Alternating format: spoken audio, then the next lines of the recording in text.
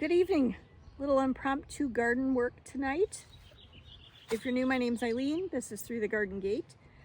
And maybe you can sort of commiserate with me here or identify with what's going on here tonight. But I got home from work today and found a package of some live plants that I had forgotten that I had ordered way back when. And it's something I've never grown before. So I'm a little bit excited and a little bit nervous about how this is going to go. So here we go. Sweet potatoes. These are sweet potato slips that I've ordered, and I'll put a link to the place where I got them from. They're looking a little sad, but I'm hoping everything will be okay. I put them in a little water when I got home from work and unpacked them, and let them soak a little bit while we were eating dinner. I showed you a little bit of that at the beginning. Made a broccoli and bacon and cheese quiche tonight, which was really fun and tasty. So, needless to say, the vegetable garden's all planted and quite full. So I sat there and tried to figure out at dinner what I was going to do with these sweet potato slips, and I think I've come up with an idea. Right behind me here is the broccoli. And in just a second, I'm going to take the cover off, and something went wrong with the broccoli. I've been doing a lot of research and trying to figure out what happened, but I've got these teeny tiny little nubs of broccoli heads. And this happened to me a couple years ago. I don't know if it's the plants, I don't know if it's the way I'm growing them, or the beds where they're growing. Last year's broccoli did great. I did them in some of my smaller little, I think they're 3 feet by 3 feet beds, and got, nice big broccoli heads out of them. Put them in these longer beds to this year, and they just didn't do well. So I think at this point the plants are really big, huge leaves, but the little crowns are super small. And the research I've done, it could be a variety of things. It could be that I planted them too close to each other. It could be that they got inconsistent watering, which I don't think that was it. It could be that there was a wide variety of temperature extremes, which is true. We had, some warm spells and then some really deep cold. These plants went through several, pretty heavy frosts. I covered them up and they didn't seem to take on too much damage, but who knows? So what I'm going to do in this bed right here is take out 4 of the plants that have formed little tiny crowns already. I'm going to harvest those and we'll eat those. And then I'll leave 4 plants in that haven't started forming their broccoli heads yet, and just see if those do better, if they're a different variety, because I did plant 2 different varieties this year and they were leftover seeds, and one of them I know was one of them that I planted a couple years ago, so maybe that was the problem. Anyway, we're going to take advantage. I was going to put beans in this bed, but I think I'm going to have enough beans because I have one raised bed of the golden wax beans, another raised bed of a bush blue lake, and then I've got another raised bed with pole beans. So I think I'll have enough beans for me for the remainder of this year. So I'm going to try the sweet potatoes here. I think I can get about 4 slips in here. By the time they really start going crazy, the other broccoli plants will be done and they can just kind of take over the whole bed. And then the remaining 2 slips I'm going to put in a bed that I'm reevaluating along the driveway, and they get full sun, but and I've been cutting back some things and trying to figure out what I want to do with it, so I'm just going to throw them in there and see how it goes. Never grown them before, and it's always fun to experiment and see if I can be successful. But the first thing I need to do before I start uncovering these broccoli plants and harvesting what little nubbins I do have is sweet potatoes. From what I've been reading, they like it hot, they like full sun, and they like really rich soil. So I'm going to go empty out one of the compost bins so I can really enrich the soil wherever I plant them. We'll give them a good watering, and then we'll have to water the slips every day for a week, and then every other day for a week. And then I think at that point they've got their roots going, and I can go down to watering once a week. If we're not, getting enough rain, I may water a little more frequently than that, because I find that my raised beds, the soil's very well draining and they dry out pretty quick. So that's what we're going to do tonight. I wasn't anticipating doing this job, because I forgot I ordered the sweet potatoes. And then my peas also need to be trestled up a little bit, so I might do a little bit of that. Just kind of depends on what the mosquitoes are like tonight. It's a beautiful evening, got a little warm today, and we're about to hit a really big warm spell, so I think it's perfect timing for getting the sweet potatoes in the garden. Thank you for joining me. Come along with me and see how this adventure goes, and we'll keep updating you throughout the growing season, and hopefully at some point later this fall we'll have some sweet potatoes to harvest and to eat. All right, well, let's get started before it gets dark.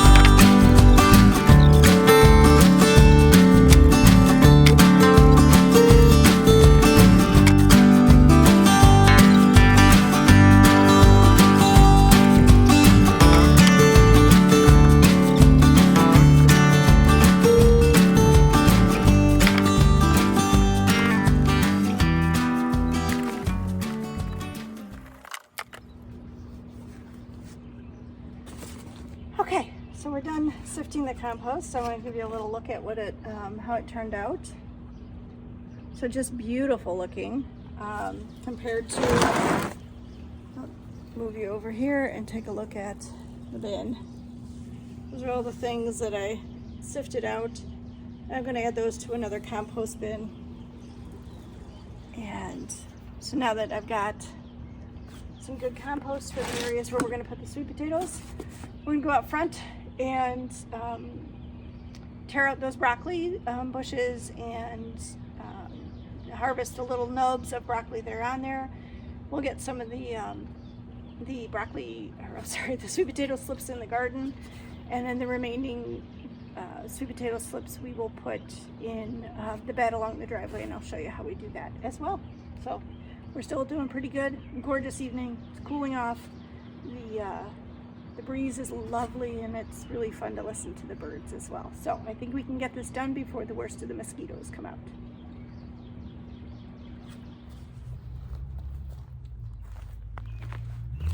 I'll start by taking the cover off. I don't want to uncover all of the broccoli though, because there's 4 of them down at the other end that I'm going to see if we'll produce a more respectable head of broccoli for me.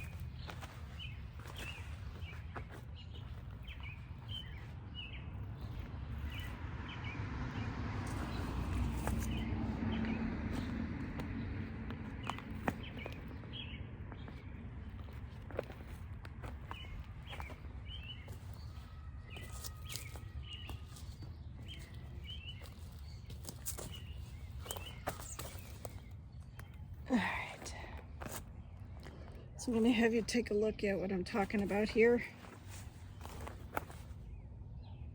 For this size broccoli, there's a little comparison with my hand. Very small, that's like 1 bite. Same thing over here. Let's see if I can get the leaf out of the way there for you. Sorry, I'm looking at it upside down.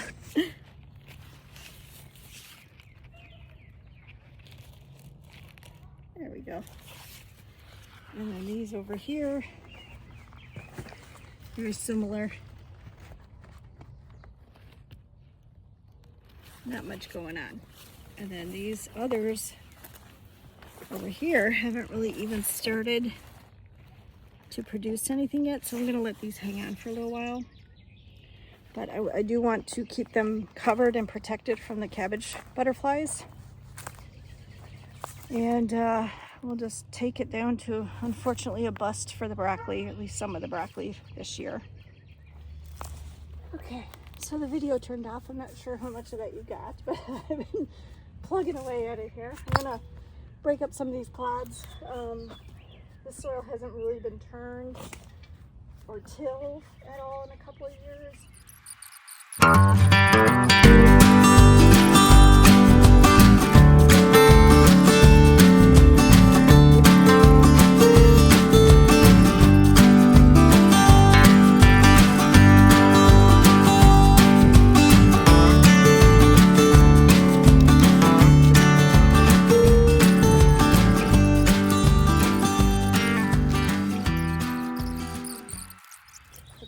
Package said like 12 to 18 inches apart, so I think I can get away with putting all 6 in here. And again, I'll just let them trail out of the bed.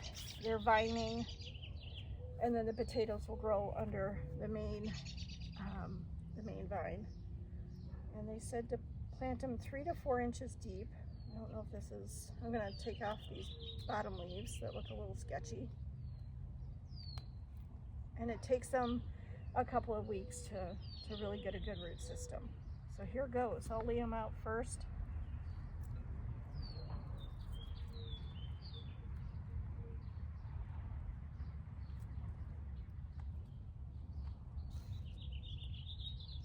I'm supposed to get 6 plants.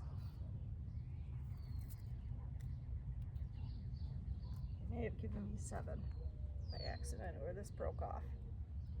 We'll just plop that one in the middle.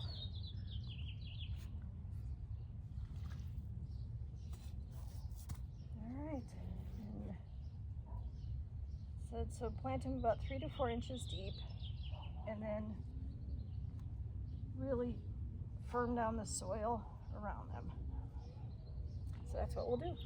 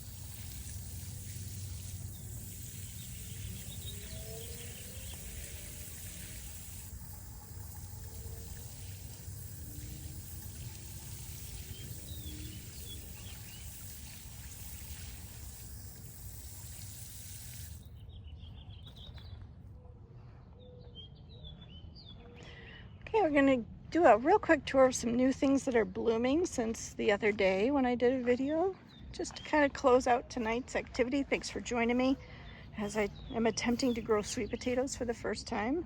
So I'm going to give you an up-close look here. Careful around stepping at the Baptisia alba. Just beautiful. So that's starting to bloom. And then around the corner, well, before I get there, starting to see clusters of flower buds on the butterfly milkweed, so that'll be blooming soon. I thought I saw some purple, but I think I'm mistaken, but starting to see the flower heads just starting to form on the purple prairie clover. And then the thing that really caught my eye today, and I forgot I had put these here, which I love when that happens.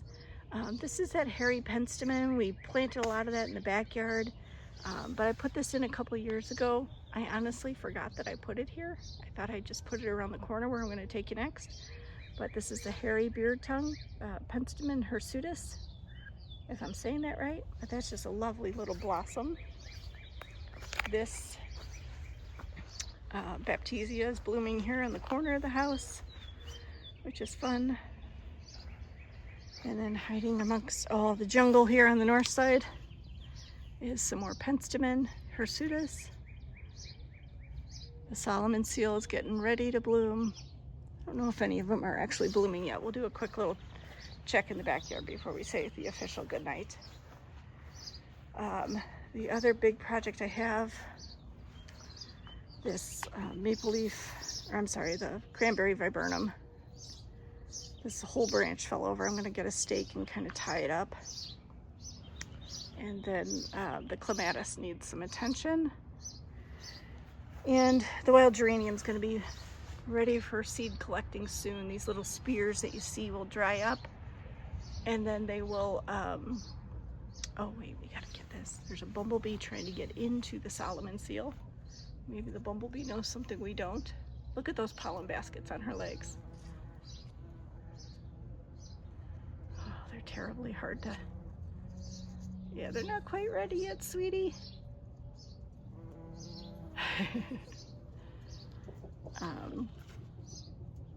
But yeah, these will dry up. So in a couple of days, what I'll come, before they completely dry out, I'll snip them off and put them in a paper bag. And that way, because they have a projectile type thing where as it dries, it explodes from the base. And where you see those little balls down at the base, there's almost like a little catapult mechanism that shoots the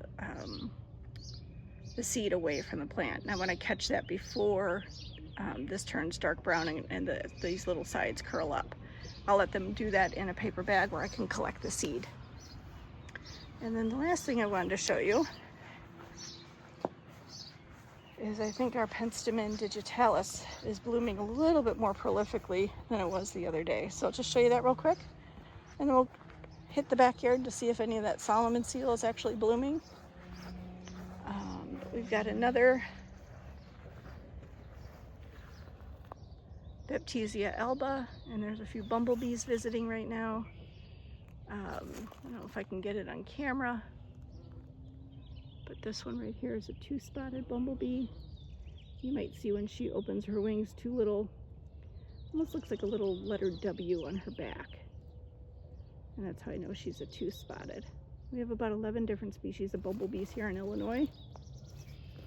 And I think almost all of them are found in my county. Yeah, you can kind of see when she opens her wings.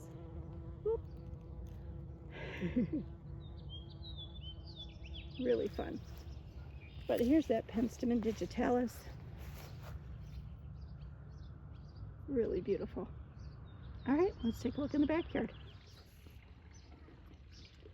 All right, well, here are the Solomon seal that are probably the closest to being ready, but not quite. You can see they're very much lighter in color. They should be bursting open in a few days, and I'll be sure to capture that and share it with you. Lots of little insects buzzing around right now, getting towards the end of the evening. I just love all this stuff. Look at that wild ginger. There we go. All right, well, I think I'll sign off then. Had a busy evening after dinner. Little surprise job of putting those sweet potatoes in. Thanks for joining me. And I'll say goodnight for now. Thanks for, again, stopping by. If you like what we're doing here, again, please hit subscribe and like so that you are notified when the next video comes out. Okay, everybody. Bye for now.